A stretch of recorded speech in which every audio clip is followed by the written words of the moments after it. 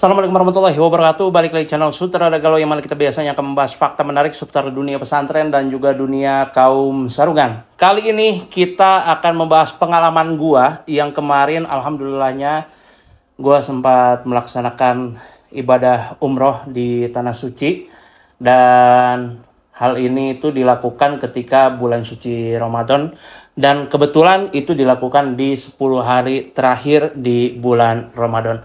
Nah, akan tetapi kita nggak bakal fokus ke kegiatan ibadah umrohnya, akan tetapi hal yang pengen dibahas oleh gue di sini itu adalah bagaimana pengalaman gue menaiki salah satu maskapai pesawat yang mungkin buat gue sendiri itu terasa asing didengar, tapi mungkin bagi para umroh backpacker ini tuh sering menjadi solusi di antara mahalnya harga tiket antar maskapai untuk penerbangan dari tanah air ke Tanah Suci.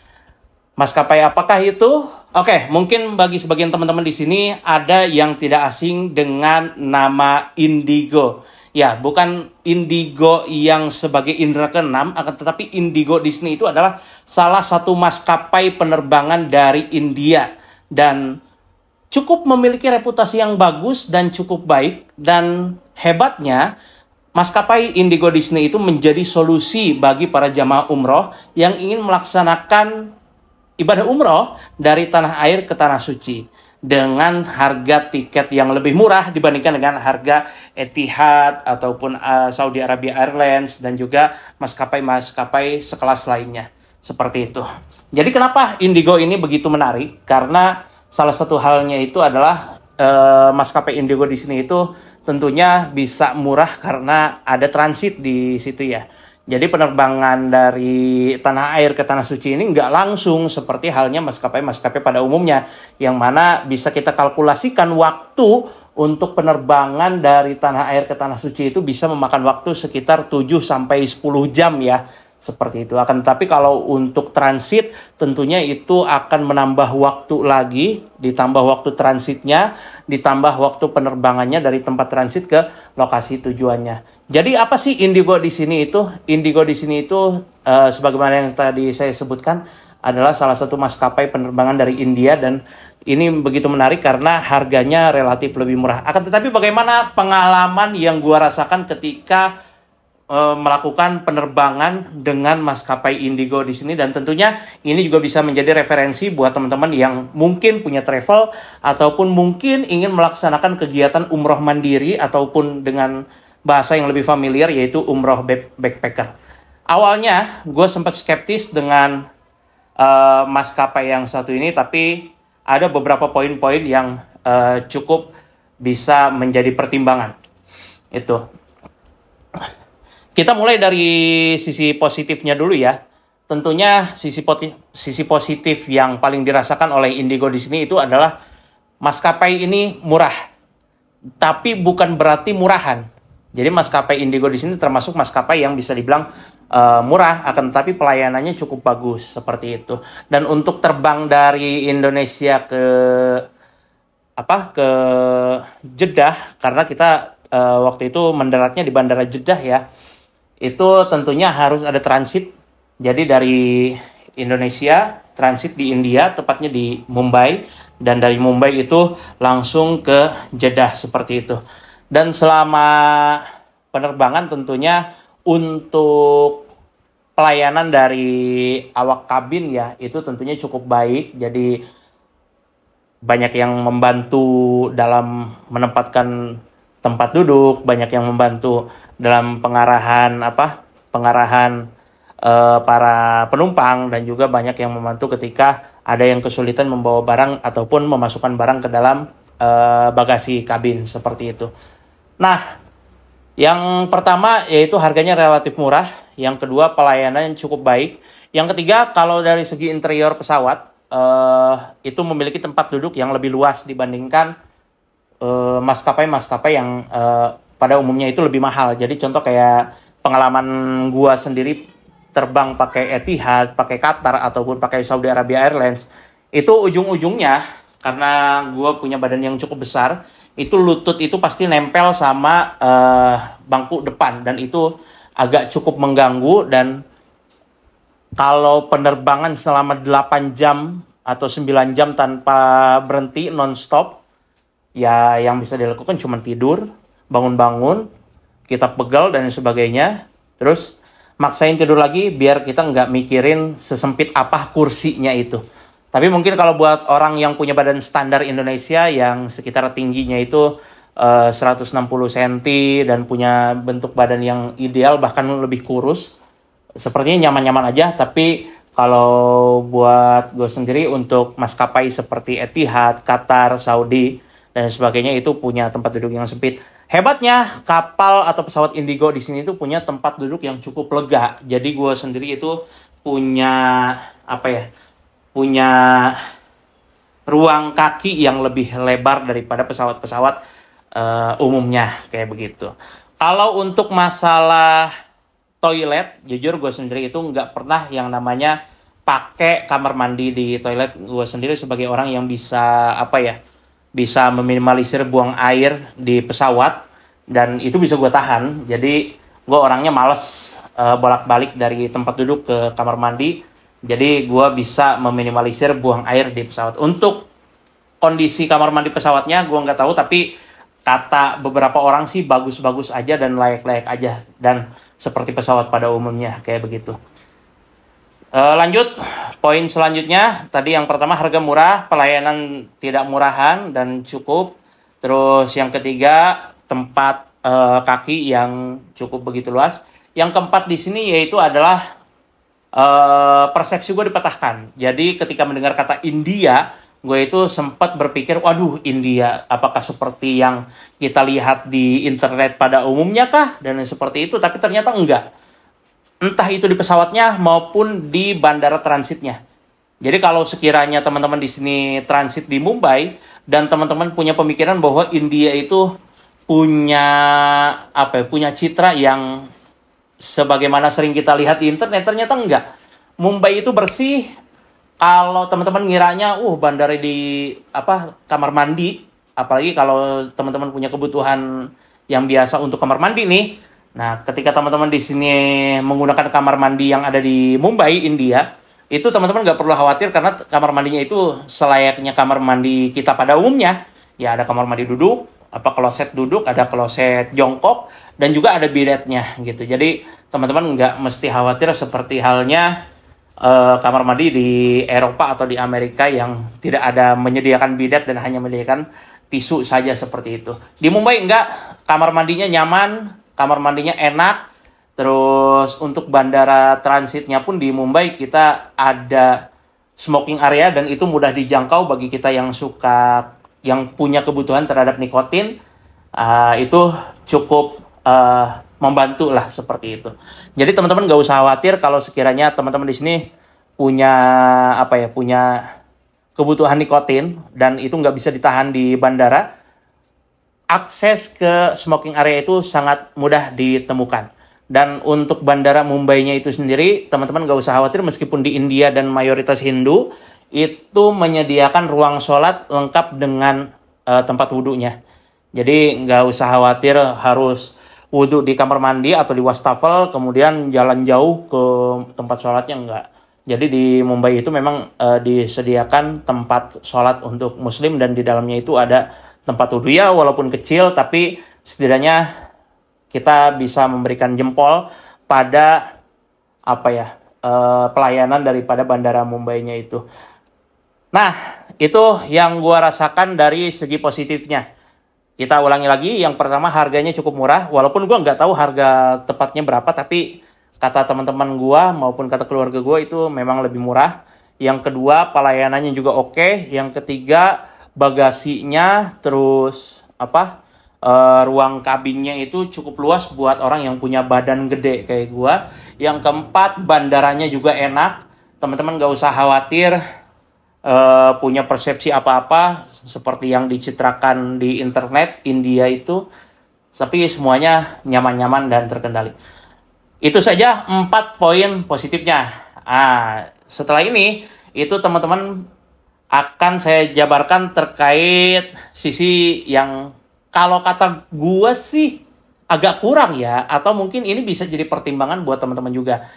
Nah, kita mulai dari poin yang pertama, yaitu Meskipun penerbangan Indigo di sini atau maskapai Indigo di sini menyediakan rute dari Indonesia ke Jeddah melalui transit di Mumbai, tetapi teman-teman di sini itu perlu diketahui tidak akan diberitahu kalau sekiranya teman-teman berangkat di waktu puasa kemarin ya. Teman-teman di sini nggak akan diberitahu kapan waktu berbuka. Jadi karena pilotnya itu mungkin non-muslim ataupun ini penerbangan baru ya, nggak tahu juga sih ya. Jadi waktu berbuka kita itu malah disamain kayak waktu Indonesia. Padahal perbandingan waktunya itu bisa hampir 2 jam ya. 1,5 jam sampai 2 jam gitu. Artinya kan kalau kita buka pada saat pilot mengumumkan bahwa di Indonesia itu sudah masuk waktu berbuka, artinya sama aja kita yang lagi di pesawat itu ngelihat keluar kaca, langit masih cerah, yang nggak berani buka gitu. Jadi jangan serta-merta percaya dengan omongan pilot karena mungkin pilot di sini kurang begitu memahami apa kebutuhan dari penumpang muslim seperti itu. Yang kedua yaitu adalah teman-teman di sini tidak akan disediakan konsumsi apapun. Beda ketika teman-teman pakai maskapai Garuda, beda ketika teman-teman pakai maskapai Qatar atau Saudi Arabia Airlines atau Etihad dan sebagainya. Teman-teman di sini selama penerbangan 7 sampai 10 jam, teman-teman di sini akan diberikan konsumsi. Teman-teman bakal dikasih makanan, entah itu makanan ringan maupun makanan berat, dan teman-teman di sini bakal dikasih minuman, entah itu kopi, teh atau mungkin minuman jus dan sebagainya. Soft drink kayak begitu. Tergantung permintaan teman-teman ke pramugari. Akan tetapi kalau di pesawat Indigo di sini teman-teman nggak akan dikasih fasilitas tersebut. Toh kalaupun pramugarinya nawarin itu harus bayar dan bayarnya pakai uang rupis gitu. Kita nggak bisa bayar pakai mata uang lain selain uang rupis kayak begitu. Dan itu termasuk apa ya? Termasuk hal yang cukup berat karena pada saat itu kita cukup haus di dalam pesawat itu, kita kehausan. Akan tetapi ketika ingin membeli minuman yang kata kita pengen nyegerin lah, kayak minuman jus dan sebagainya, kita pengen kopi kayak begitu, kita harus bayar kayak begitu. Akhirnya yang bisa kita minta dari pramugari itu hanya air putih, dan air putih. Yang lebih mengenaskan itu kalau sekiranya teman-teman itu berangkat dari Indonesia ke Jeddah, transit di Mumbai, teman-teman di situ enggak bawa yang namanya makanan berat dari bandara Indonesia. Karena apa? Selama penerbangan 7 jam itu dari Indonesia ke Mumbai, teman-teman di sini nggak bakal dikasih makan. Otomatis teman-teman di sini kalau nggak dikasih makan dan teman-teman di sini nggak punya persiapan di Indonesia untuk membeli makanan berat, teman-teman yakin di dalam pesawat itu bakal kelaparan. Dan apa ya? Ya mau tidak mau harus nahan lapar. Kalau nggak punya duit rupis ya berarti teman-teman cuma bisa minum air putih doang tuh di pesawat kayak begitu. Itu yang cukup agak mengenaskan sih ya. Jadi usahakan kedepannya kalau sekiranya teman-teman di sini mau terbang pakai maskapai Indigo, teman-teman bisa harus punya pegangan uang rupis kayak begitu. Begitupun poin yang pertama yaitu adalah tidak disediakan fasilitas seperti makanan. Yang kedua, teman-teman di sini terkait masalah bandara di Mumbai. Bandara di Mumbai di sini itu lengkap semuanya dan sebagainya, akan tetapi ada beberapa regulasi yang itu bisa bikin agak cukup naik pitam ya. Karena kita itu, khususnya gue itu udah persiapan dari Indonesia bawa alat-alat foto, laptop, baterai kamera, lighting, dan sebagainya. Yang bikin repot itu ketika sampai di Bandara Mumbai, alat elektronik itu semua harus dikeluarin. Lengkap semuanya dikeluarin. Laptop harus kelihatan, kamera harus kelihatan, baterai harus kelihatan, barang elektronik sampai charger itu harus kelihatan. Dan itu sangat-sangat merepotkan buat teman-teman yang sekiranya punya tugas seperti mungkin tugas fotografi ke luar negeri dan itu harus transit di Mumbai. Itu sangat-sangat melelahkan. Jadi ketika sampai di Bandara Mumbai, sampai di imigrasi, teman-teman itu harus ngeluarin barang itu semuanya. Dan bodohnya itu kemarin gua itu barang-barang semua perlengkapan itu disatuin di satu tas. Dan otomatis itu harus dikeluarin lagi. Akhirnya keluarga gue nyaranin kalau barang-barang kayak gitu mending dijinjing aja atau dibuat di dalam satu wadah. Jadi sekiranya dibutuhkan itu tinggal dikeluarin aja wadahnya itu dari si tas ransel gue kayak begitu. Itu jadi barang-barang elektronik itu emang benar-benar melelahkan, walaupun dan pada akhirnya ketika di Tanah Suci gue sama sekali nggak pakai itu alat kamera dan laptop sama sekali nggak gue buka kayak begitu. Itu jadi yang jadi pertimbangan itu teman-teman kalau sekiranya pakai Indigo dan transit di Mumbai, jangan bawa barang-barang elektronik yang sekiranya nggak penting, yang sekiranya nggak perlu gitu. Kalau sekiranya misal di Tanah Suci mau ngerjain skripsi ya bawa laptop, tapi kalau sekiranya cuman ada niatan tapi niatan nggak kuat kayak gitu, iseng bawa laptop doang, mending nggak usah karena itu bakal ngeberatin kalian atau merepotkan kalian di bagian imigrasinya kayak begitu. Yang ketiga, selain barang elektronik, kesulitan itu juga ada di Bandara Mumbai. Karena biar bagaimanapun kita, meskipun kita punya uang, tapi kita agak sulit buat nyari money changer. Kenapa agak sulit nyari money changernya di situ?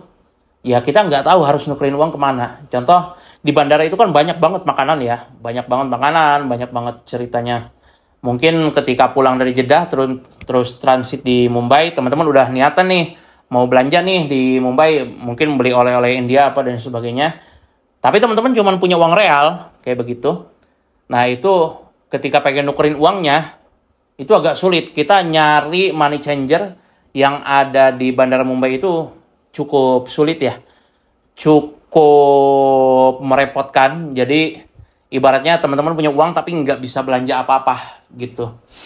Termasuk makanan, termasuk minuman, bahkan termasuk rokok, termasuk oleh-oleh, teman-teman nggak bisa beli karena di dalamnya itu memang khusus untuk jual beli pakai uang rupiah. Tapi itu bisa diakalin dengan cara apa? Teman-teman punya kartu Visa atau Mastercard kayak begitu. Atau punya kartu debit yang ada logo Visa Mastercard-nya kayak begitu. Nah, itu bisa dipakai. Tapi dengan catatan nominal yang ada di kartu tersebut ada gitu. Kalau sekiranya nominalnya nggak cukup ya teman-teman nggak bisa belanja apa-apa di situ. Kayak begitu. Jadi itu 3-4 poin yang mungkin itu bisa jadi pertimbangan. Tadi yang pertama itu terkait masalah makanan, teman-teman nggak difasilitasi. Yang kedua barang elektronik. Yang ketiga harus penggunaan uang rupiahnya kayak begitu. Dan yang keempat di sini terkait masalah pesawat. Gitu. Terkait masalah pesawat, apa aja sih masalah pesawatnya? Pesawat Indigo itu kecil, mirip kayak pesawat AirAsia yang penerbangannya itu hanya sekitar Asia Tenggara aja kayak gitu. Teman-teman tahu kan pesawat AirAsia kecilnya kayak gimana dibandingkan pesawat-pesawat yang gede-gede gitu sekelas Etihad yang mungkin ada 2 tingkat. Nah, ini kita terbang pakai pesawat yang cukup kecil. Jadi ketika teman-teman terbang pakai pesawat kecil, artinya teman-teman di sini harus bersiap-siap dengan turbulensi. Jadi kalau di pesawat terbang, nah pesawat itu ada getaran-getaran kayak gitu, nah itu namanya turbulensi tuh. Nah teman-teman nggak usah kaget, teman-teman nggak usah mikir yang macam-macam. Ini karena pesawat emang kecil, jadi untuk menghadapi kerasnya arus angin yang ada di langit, pesawatnya bakal goyang nih, gitu. Kalau pesawat gede mungkin gak bakal kerasa. Contoh seperti orang yang udah pernah biasa pakai pesawat Saudi Arabia Airlines gitu ya, yang bisa nampung 500 orang sekali terbang kayak begitu. Nah, ini kalau di Indigo nggak bisa. Itu tetap kerasa. Sekecil apapun itu tetap kerasa. Dan mungkin kalau buat yang pertama kali naik pesawat langsung Indigo, semisal orang pertama kali umroh, pertama kali naik pesawat, terus langsung naik Indigo, terus ngerasain turbulensi yang kayak begitu, mungkin bakal ngerasanya biasa-biasa aja. Tapi kalau sekiranya udah sering pakai pesawat-pesawat gede, terus tiba-tiba naik pesawat Indigo, yang mana penerbangannya itu langsung jauh, dengan pesawat kecil, turbulensinya parah, wah mikirnya udah macam-macam kayak gitu. Jadi yang cuma bisa dilakukan pada saat di langit itu cuma sekedar ditidurin aja, positive thinking, pasti nyampe, kayak begitu. Soalnya kalau dipikir macam-macam, waduh, kita juga ngeri ya, kayak begitu. Jadi pesawatnya kecil, turbulensinya kerasa, Dan untuk fasilitas di pesawatnya itu yang jadi pertimbangan itu kursi. Jadi meskipun kursinya gede, sebagaimana yang aku bilang di sisi positifnya, tapi kursinya itu kayak kursi militer. Maksudnya kursi militer apa bang? Kursi militer itu jadi kaku banget, tegak banget. Nah, jadi kalau sekiranya teman-teman punya masalah dengan pantat teman-teman yang mungkin agak tepos, tidak ada lemak di situ, teman-teman gue saranin pakai bawa selimut kecil mungkin yang cukup lembut untuk bisa dijadikan alas atau bantal kecil kayak begitu. Karena kakunya itu parah, men. Jadi kursi kayak begini aja itu masih lebih empuk dibandingkan kursi Indigo kayak begitu. Dan jangan ngebayangin, wah, gue mau biasa duduk di kursi keras bang, kayak gitu. Iyalah, duduk di kursi keras kayak kursi kondangan ya paling cuman berapa menit sih. Ini kan lu naik pesawat 7 jam lu duduk di kursi kayak begitu. Itu capek pantat lu kayak begitu. Jadi gue saranin kalau teman-teman nggak kuat duduk lama dengan alas yang cukup keras, gue saranin teman-teman itu bawa yang namanya bantal. Entah itu bantal pantat, bantal buat didudukin, atau sekiranya bantal leher, karena tempat dudukannya itu cukup tegak gitu. Kalaupun bisa ditidurin bisa, cuman sedikit banget bisa ditidurin kayak begitu. Itu. Jadi gue saranin teman-teman juga bisa bawa bantal leher kayak begitu biar enak tidurnya di pesawat gitu. Terus selain itu fasilitas pesawat yang lain itu adalah tidak disediakannya layar gitu. Jadi teman-teman nggak bisa lihat nih di layar tuh kita udah nyampe mana kayak gitu. Jadi cuma sekedar bisa nebak-nebak aja kayak begitu. Cuman bisa nebak-nebak, yo ini kayaknya gue udah nyampe kalau berangkat dari Soekarno Hatta ya. Oh ini kayaknya gue udah nyampe di Pulau Sumatera deh. Oh ini kayaknya gue udah nyampe di Malaysia deh. Ini kayaknya gue udah nyampe di dataran Cina deh. Oh ini kayaknya gue udah mulai deket-deket India deh kayak begitu. Jadi itu cuma bisa ngeraba-raba doang karena kita nggak ada layar kecil yang bisa buat ngeliat seberapa jauh perjalanan yang udah kita tempuh. Jadi cuma bisa ngeraba-raba doang. Efeknya kayak gimana? Efeknya ketika teman-teman ingin melaksanakan sholat gitu. Teman-teman pengen melaksanakan sholat, teman-teman bingung itu harus ngikutin waktu wilayah mana gitu. Kalau gua sendiri udah gua setting. Jadi ketika berangkat, jam tangan ini udah disetting pakai jamnya India, pakai waktu jamnya India atau jam Mumbai. Kayak gitu. Jadi ketika udah setengah perjalanan di langit, sekiranya udah 2 jam 3 jam, kalau kata gue sih ini udah masuk, waktu India itu udah masuk kayak gitu. Jadi kalau ngelihat jam itu masih kurang lebih masih relevan dengan jam yang ada di India kayak gitu. Jadi kalau pengen sholat ya gampang, tinggal ngelihat jam kurang lebih waktunya sama, kondisi langitnya juga kurang lebih sama kayak begitu. Nah, masalahnya itu kalau sekiranya teman-teman di situ nggak punya jam dan jam yang ada di HP itu nggak bisa diotak-atik tuh. Nah, itu repot. Apalagi teman-teman repotnya itu harus nanya ke penumpang lain atau jamaah umroh yang lain. Ini udah masuk waktu sholat belum sih? Kayak begitu. Nah, resiko yang lain juga karena kita nggak tahu ini kita ada di mana. Otomatis kalau kita berangkat dari Indonesia ke Tanah Suci dengan tujuan mau umroh, mendarat di Jeddah. Kita transit di Mumbai. Dari Mumbai terbang lagi ke Jeddah untuk melaksanakan umroh. Otomatis sebelum sampai ke Jeddah, itu kan kita terbang di Yalamlam untuk melakukan mikot makani. Gitu.